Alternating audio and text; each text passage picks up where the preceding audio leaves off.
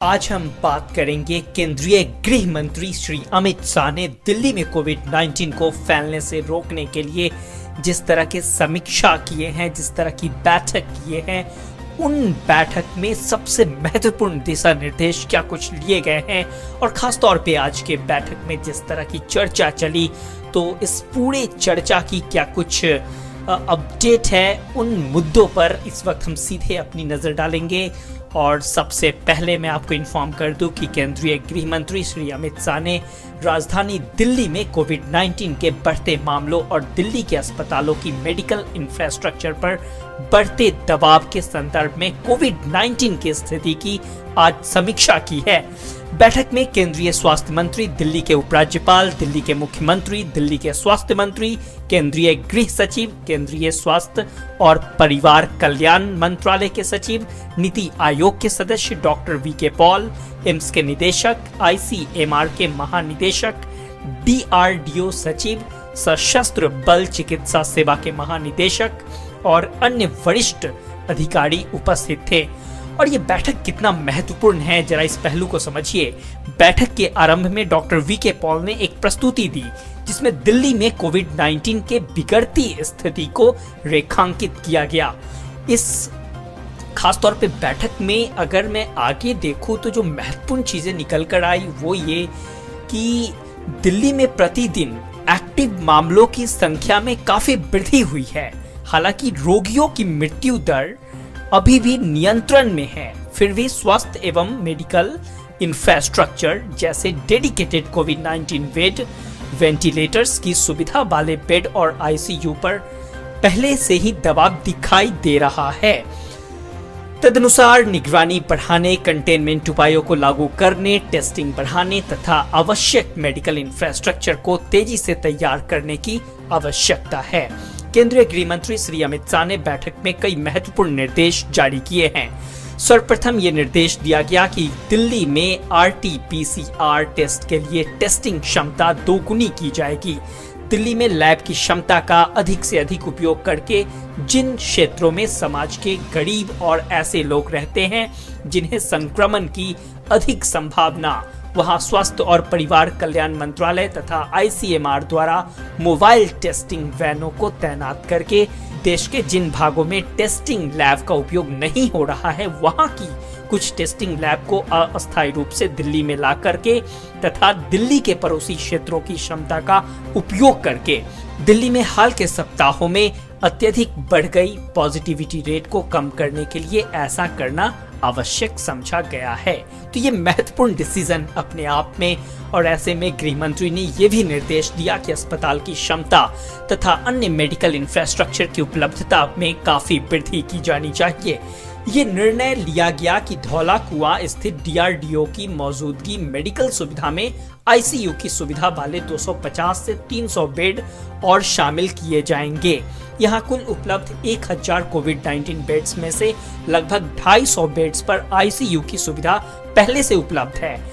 Oxygen की सुविधा वाले बेड्स की उपलब्धता बढ़ाने के उद्देश्य से छतरपुर में स्थापित 10,000 बेड वाले कोविड केयर सेंटर को भी मजबूत किया जाएगा।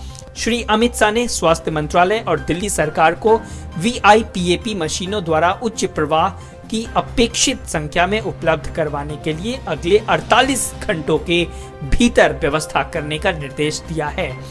मोदी सरकार ने दिल्ली में स्वास्थ्य कर्मियों की कमी को देखते हुए सीएपीएफ से अतिरिक्त डॉक्टर और पैरामेडिकल स्टाफ देने का निर्णय किया है। उन्हें शीघ्र ही एयरलिफ्ट करके दिल्ली लाया जाएगा। ये भी निर्णय लिया गया कि कोविड-19 संबंधी मेडिकल इंफ्रास्ट्रक्चर की उपलब्धता तथा मरीजों की भर्ती की स्थिति के इंस्पेक्शन तथा पहले लिए निर्णय के अनुसार बेड्स की उपलब्धता की सही स्थिति को स्पष्ट रूप से दर्शाने के लिए डेडिकेटेड बहुविभागीय टीमें दिल्ली के सभी प्राइवेट अस्पतालों में जाएंगी।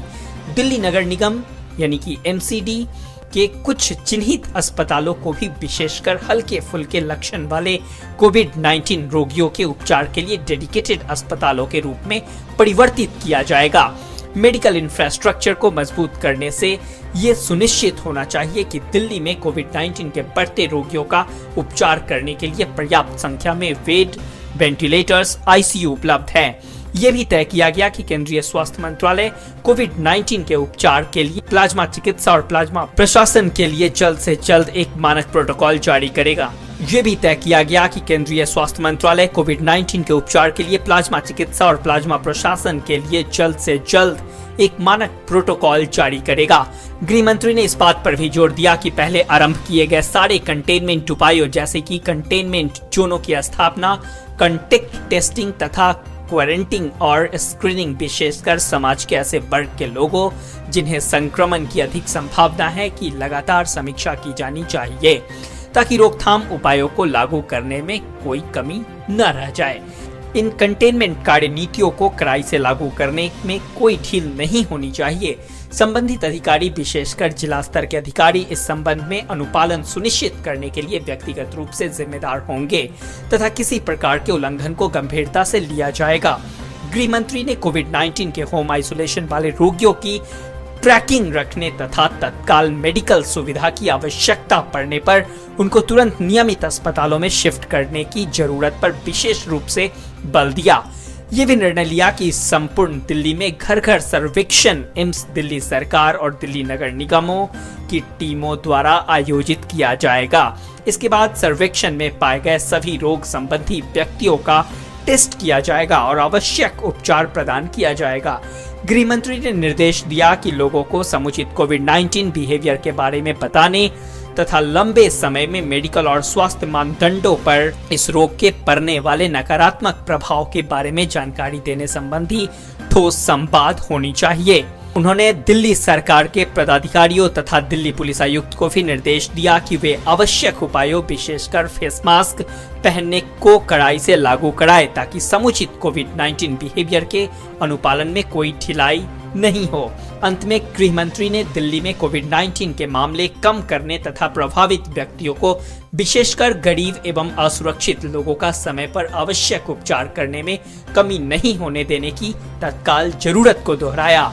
उन्होंने जानकारी दी कि दिल्ली और राष्ट्रीय राजधानी क्षेत्र के पड़ोसी क्षेत्रों में कोविड-19 की स्थिति की आगामी सप्ताहों में लगातार समीक्षा की जाएगी। तो ये वो बड़ी बातें थी आज के समीक्षा में, आज के बैठक में, जो खासतौर पे देश की राजधानी दिल्ली में बढ़ रहे संक्रमण के मामले पर एक बड़ा प्रहार होगा। तो ऐसे में देखना बड़ा दिलचस्प होगा कि जिस तरीके की स्ट्रेटेजी यहाँ पर सामने निकल कर आ रही है, तो ऐसे में क्या वाकई स्थिति पर रोक लगती है।